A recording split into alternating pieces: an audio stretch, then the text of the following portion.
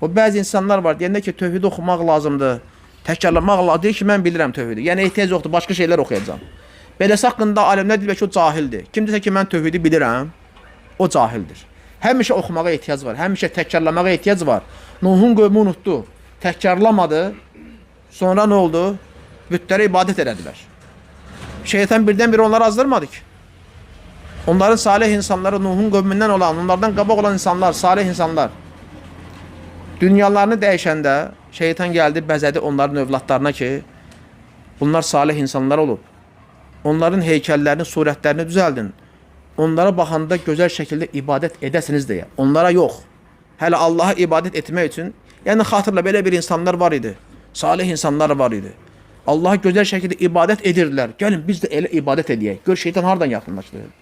Sonra bir müddət keçdi, o cavan nəsil dünyasını dəyişdi, növbəti nəsillər gəldi, onlar dünyasını dəyişdi. Sonra şeytan gəlib dedi ki, ey insanlar, bəs sizin babalarınız bu bütlərə ibadət edirdilər. Siz də onlara ibadət edin. Allaha belə yaxınlaşın. Gördün? Nədir alimlər? Deyir, elm unudulduqdan sonra bu baş verdi. Elm. Tövhid unuduldu, insanlar Allaha şərik qoşmağa başladılar. Onun ki, əzəmətli bir kəlmədir. Hər bir kəs bunu öyrənməli. Təkrarlamalı. Deməsin ki, mən bilirəm. Çox ki bilirsən. O qədər bildiyimiz şeylər var ki, vallahi unutmuşuq. Soruşsan çoxumuz unutmuşuq. Nə qədər məsələlər var. İstəyir əqidə məsələləri olsun, istəyir adi ibadətlərlə bağlı məsələlər olsun. Görürsən, hər dəfə eyni suallar verən qardaşlar var. Niyə unudulur? Təkrarlanmadıqca, təbii ki, unudulacaq insan bəşərdir, unutqanlığa meyillidir. Unudacaq, deməli, təkrarlamaq lazımdır. Və ən çox təkrara qayğı göstərdiyimiz elm hansı elm olmalıdır, qardaşım? Tövhid elmi, əqidə elmi. Hamının ehtiyacı var. Çünki qurtuluş, nicat bundadır. Başqa cür insan qurtula bilməz. Allahın əzabından qurtulmaq üçün mənim qardaşım, cənnətə ayaq basmaq üçün tövhid kəlməsini yaşamaq lazımdır. O kəlməyə dəvət eləmək lazımdır. O kəlməyə ziddi olan hər bir şeydən uzaq olmaq lazımdır. Əks təqdirdə insana fayda verməyəcək əməlləri. Ona görə bəzi insanlara tövhiddən danışanda qəlbləri qaralır, elə deyir, başqa şey yoxdur danışmağa. Vallahi belə insanlar var. Deyir, bu tövhid kəlməsi deyir, insanları parçalayıb, bu əqidə məsələləri. Belə şeydən danışmayın, haramlardan danışın, nə biləm, filan şeylərdən danışın, namaz, ibadət və s. şeylərdən danışın. Bu kəlmə deyir, bizi parçalayıb, belə deyən insanlar var. İxvan meyilli insanlardan, hizbilərdən.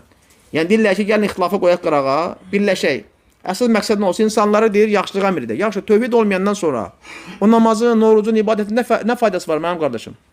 Tövhiddə nəqdən dahi bəzi cəmaatlar var, cəmaat təbliğ kimi. Sən onların dəvətdən görsəniz, tövhid məsələlərini, əqidə məsələlərini danışmırlar. Və bəzi ixvanlar var dəvətlərində. Tövhiddə əqidədən danışmır. Onlarla yanaşı dəvətə çıxsan, deyək ki, çıxdın dəvət eləməyə. Tövhiddən, əqidədən danışsan, səni özlərindən uzaqlaşdıracaqlar. Deyəcəklər, bu kəlmə parçalayır, insanları firqələrə bölür. Deyir, subhanallah, bu parçalanma sizdən baş verir. Siz haqq əhlindən parçalanıb ayrılmışsınız. Müsəlmanlar bu kəlməni yaşamasa nə fərqi var ki? Peyğəmbər sallallahu aleyhi və səlləm öz dəvətçilərini bölgələrə göndərəndə nəyə dəvət eləməyə əmr edib? Birinci, namaz qılmaq, oruç tutmağa, yox, tövhidə, əqidəyə. İnsanın qəlbində tövhid möhkəmlənməzsə, əqidəni bilməzsə, nə faydası var ibadətlərin? Bugün çox insanların ibadətdən uzaq olma səbəbləri nədir, qardaşım, bilirsən? Qəlblərində Allahı əzəmətləndirməmək, Allahdan haqqı ilə qorxmamaq, o tövhidi, əqidəni bilməmək səbəbdir ki, Allahdan uzaq düşüblər. Bir problem olanda, dara düşəndə, bəla, müsibət gələndə, məşəqqət halı olanda hara meyl edirlər? Görərsən ocaqlara, falçılara, nə bilim, psixoloqlara və s. Deyirsən, qəlbivi Allahın zikri ilə doldurmamısansa, Allahı təzim etməklə o qəlbi doldurmamısansa, vallahi 100 psixoloqun yanına get, sənə faydası olmayacaq. Falçıların yanına gedirlər, nə dərd, qəm, qüssə aradan qalxsın deyə. Nə bilim, ocaqlara, pillərə gedirlər ki, nə bilim, fayda əldə etsin deyə, ruzi əldə etmək, xəstələnib şəfa tapması üçün. Deyir, xeyri yoxdur. Sən qəlbində tövhidi yaşamasan, sənin qəlbində tövhid, sağlam əqidə olmasa nə faydası var? Heç bir faydası yoxdur. Ona görə bəzi insanlar, hətta ibadət edənlərdən belə Allaha şərik qoşaraq ibadət edən insanlar var ki, onlara tövhiddən danışanda qəlbləri qaralar, nifrət bürüyər onları. Necə ki, Allah Teala onlar haqqında xəbər verir, belələr haqqında. Bugün bəzi müsəlmanlar var ki, Allaha şərik qoşaraq ibadət edirlər, vallahi o müşriklərin halına bənzəyirlər. O kəslər ki, Allah Teala onlar haqqında buyurur ki, Allah Teala tək anıldığı zaman axirət günə iman gətirməyənlərin qəlblərinin nifrətlə büründüyünü görərsən. Tək anıldığı zaman. Tövhiddən danışırsan, deyirsən, Allah şərik qoşma. Övliyaları, ölüləri, nə bilim, seyyidləri, filan kəsləri, imamları çağırma. Yalnız Allaha dua elə, Allaha çağır. Görürsən qəlbə nifrətlə bürünür. Sənə nə deyir? Bu Vahabidir, təzə şey gətirib. Nə bilim, bunlar sələflər ancaq belə şey danışırlar. Bunlar övliyaları sevmirlər, imamları sevmirlər. Subhanallah. Biz nə deyirik ki? Deyirik ki, tək Allaha dua elə də. Allah Taala səni eşidirsə, səni görürsə, sənin halından xəbərdardırsa, başqalarına ehtiyacın varmı qardaşım? Varmı başqalarına ehtiyac? Yoxdur, tövhidi bilmir ona görə. Tövhid nədir? Başa düşməyib ona görə vallahi. Ona görə Allah da nədir onlar haqqında? Allahdan başqası anıldığı zaman sən onların qəlblərini nifrətlə büründüyünü görərsən. Lakin o zaman ki Allahdan qeyriləri xatırlandı, zikr olundu, onlar buna sevinərlər. Deyir ki, ya Əli, deyirsən qardaş, ya Allah denən. Qəlbi nifrətlə bürünər. Amma Allahla yanaşıb başqasını çağırsın, ya Allah, ya Hüseyin, ya filan kəs, elə sevinəcək, buna sevinirlər. Deyirsən, başqasını çağırma, övliyaları, o bəzi sufilərdə var, quburilərdə, Əşari və Məturidən olan sufilər, qəbirlərə doğru gedəndə, onları çağıranda, onlardan yardım, mədəd umanda, deyəndə ki, tək bir Allaha dua elə, qəlbi nifrətlə bürünəcək. Sənə qəzəblə baxacaq, düşmən gözü ilə. Amma sən də onlarla bərabər, onların etdiyini sevinəcəklər. Deyəcək, bunlar da bizim cəmaatdandır, haqq əhlidir, subhanallah. Görürsən, tövhidlə şirki ayıra bilmir. Sünnənlə bidəti ayıra bilməyən insanlar var, çox təsir olsun. Bunu yaşamayan insanlar var. Halbuki, vallahi, tövhid xeyirdir. Tövhid ancaq insana fayda gətirər. Bugün o insanlar ki var, gedirlər qəbirlərə pənah aparırlar. Nə üçün gedirlər bilirsən? Təsəvvür elə xuşu ilə, müti olaraq, qarşısında əzilərək, boynu bükük dururlar o qəbirlərin qarşısında, o qəbirlər tavaf edirlər. Hamısı məqsəd nədir oraya getməkdən? Fayda əldə etmək, düzdürmü qardaş? Mənfəət əldə etmək. Şəfaətçimdir, mənə şəfaət edəcək. Allah nə mənim amına vasitəsidir, şəfaətçimdir. Deyir, subhanallah, şəfaətçi istəyirsən və ya görsən Peyğəmbərin qəbri başında şəfaət, ey Allahın Rəsulu. Nə üçün gedirlər? Şəfaəti əldə etmək deyir ki, subhanallah, qul lillahi şəfaət cəmi. Allah Teala kitabında deyir ki, şəfaət bütövlükdə kimə məxsusdur? Allaha. Peyğəmbər sallallahu aleyhi və səlləmin şəfaətə nail olmaq istəyirsən, Allahdan bunu istədə, deyirən, ya Rabbi, məni Peyğəmbər sallallahu aleyhi və səlləmin şəfaət nail elə. Çünki o şəfaətə sahib deyil axı. Kimin əlindədir? Allahın əlindədir. Allahdan başqa kim buna izin verə bilər? Şəfaətin baş verilməsi üçün şərtlər var. Qurandan bixəbər insanlardır. Allah razı olmalı, şəfaət edəndən. Həmçinin şəfaət olana Allah razı qalma, həmçinin Allahın izni olmalıdır. Bu olmayandan sonra 100 dəfə şəfaətinlə faydası yoxdur. Peyğəmbər sallallahu aleyhi və səlləmin şəfaətə nail olmaq istəyirsən, tövhidi yaşa həyata keçir və Allah'ı şəfaətə nail olacaqsan.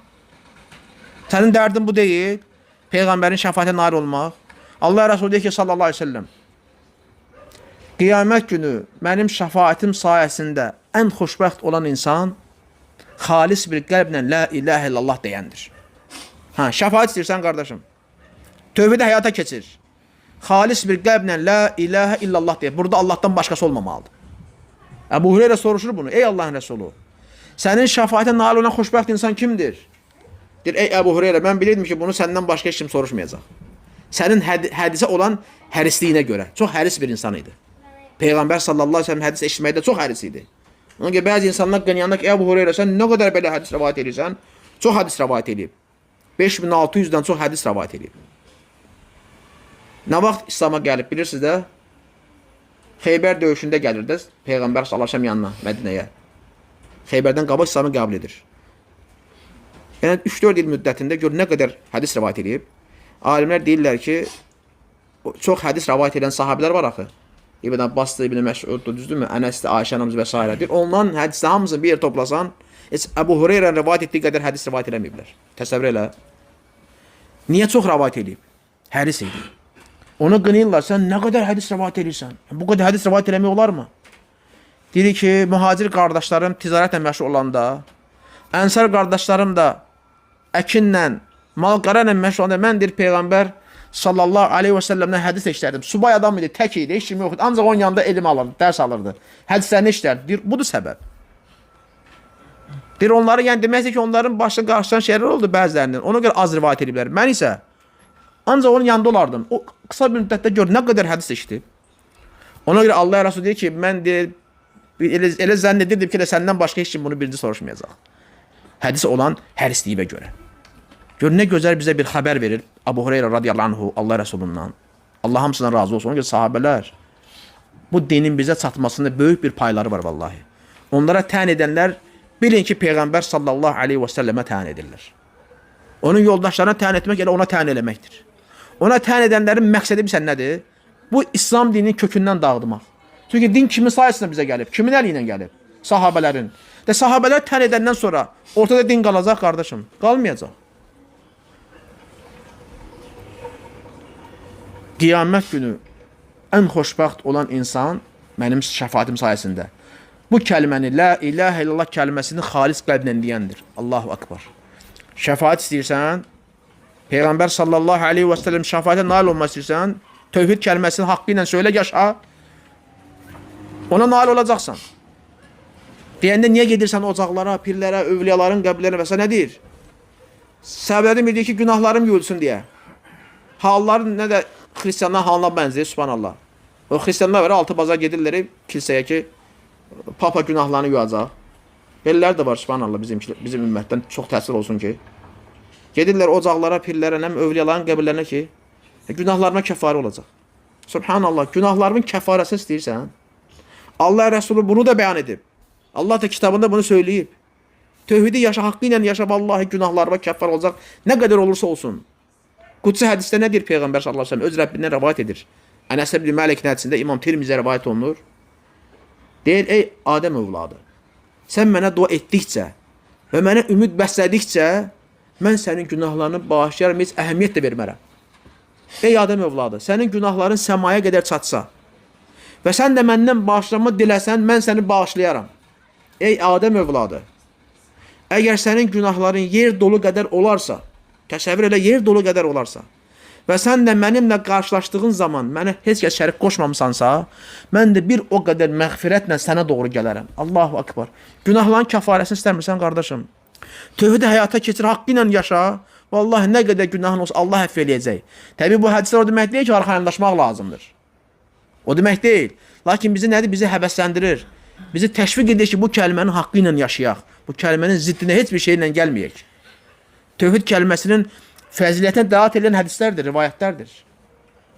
Gör, necə böyük bir kəlmə, uca bir kəlmədir.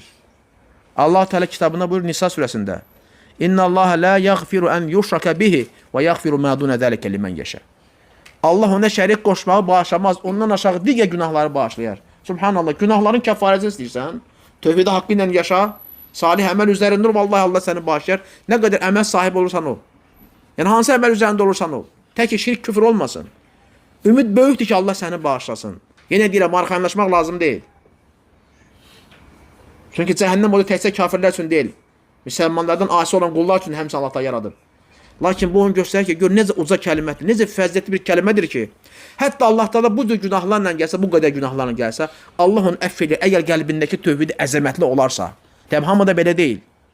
Necə ki, Bitaqa hədisini bilirsən, məşhur hədisdir, kağız parçasında La ilahə illallah yazılıb. Qiyamət gün gələcək 99 kitab günahla, təsəvvür elə. Və bir kitab nə boydadır? Göz görən məsafədə. Durmuşsan bir yerdə, baxırsan, hara kimi baxarsan. O boyda kitablarla gələcək. Deyəcək, bugün mən həlak oldum. Batdım. Nə deyir Allah-u Teala? Deyir, bugün sənə zülüm olunmayacaq. Sənin bir həsənatın var bizim yanımızda. O da nədir? Bax, bu tövhid kəlməsi. Tərəzin bir gözünə qoyulur. 99 kitab, günah digər gözünə qoyulur. O kəlmə olan göz ağır gəlir. Və Allah Teala əfv edir, onu bağışlayır, cənnətə daxil olur. Yəni, İbn Teymiyyə deyir ki, bu hədis onu göstərir ki, yəni bu kəlmə çox əzəmətli, fəzilətli bir kəlmə, lakin hamı o bitaqa sahibi, o kağız sahibi kimi olmayacaq qiyamət günü. Özünü risk atmadı. Demək ki, mən də onun kimi olaram. Kəlmə ilə gəlsən, bu tövhid kəlməsi ilə. İndi Allah Teala o lütfünü hamıya verməyib. O qədər günahla gələsən, sən də bağışlanarsan. Yəni, özümüz gəlin risk atmayaq, lakin bu onu göstərir ki, kəlmə əzəmətli bir kəlmədir. Sən də haqqı ilə yaşasan, sən də böyük ehtimal var ki, bağışlanarsan. İnsan yenə özün gərək, belə deyək, risk atmasın, bu tövhid kəlməsini yaşasın, ona dəvət eləsin, əzəmətli kəlmədir.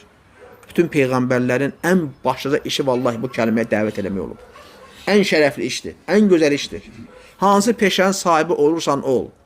Əgər digər bir şəxs bu dəvəti aparırsa, bu kəlməyə çağırırsa, onun gördüyü vəzifə sənin vəzifəndən çox üstündür. Çünki insanlar bu kəlmənin sayəsində cənnətə və cəhənnəmə düşür. Düzdürmü qardaşım? Kim yaşayıb həyata keçirəcək, sonu cənnətdir. Kim həyata keçirməsə, yaşamasa, ziddi ilə gəlsə, sonu cəhənnəmdir. Hansı peşənin sahibi olursa olsun. Kim olursa olsun. Vallahi kimin nəslindən nəcabətinə olursa olsun, bu kəlməni yaşamadırsa, qardaş. Nəsli nəcabəti, var dövləti, övlad uşaqların sayı ona kömək eləməyəcək. Allahın əzabından onu qurtarmayacaq. Deməli, böyük kəlmədir, uca bir kəlmədir, əzəmətli bir kəlmədir. Bu kəlməni sevmək, əhlini sevmək, bu kəlməyə dəvət etmək ən böyük işdir və Allah Teala bizi onun əhlindən eləsin. Bu kəlməyə dəvət edən qullardan eləsin. Allah Teala bizləri bağışlasın, əfv eləsin. Nöqsanlar çoxdur, qardaşlar. Naqisliklərimiz çoxdur. Üzərimizdə çalışmalıyıq.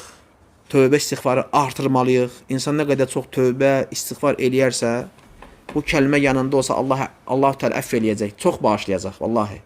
Allah öz kitabında bunu deyir, qardaşlar.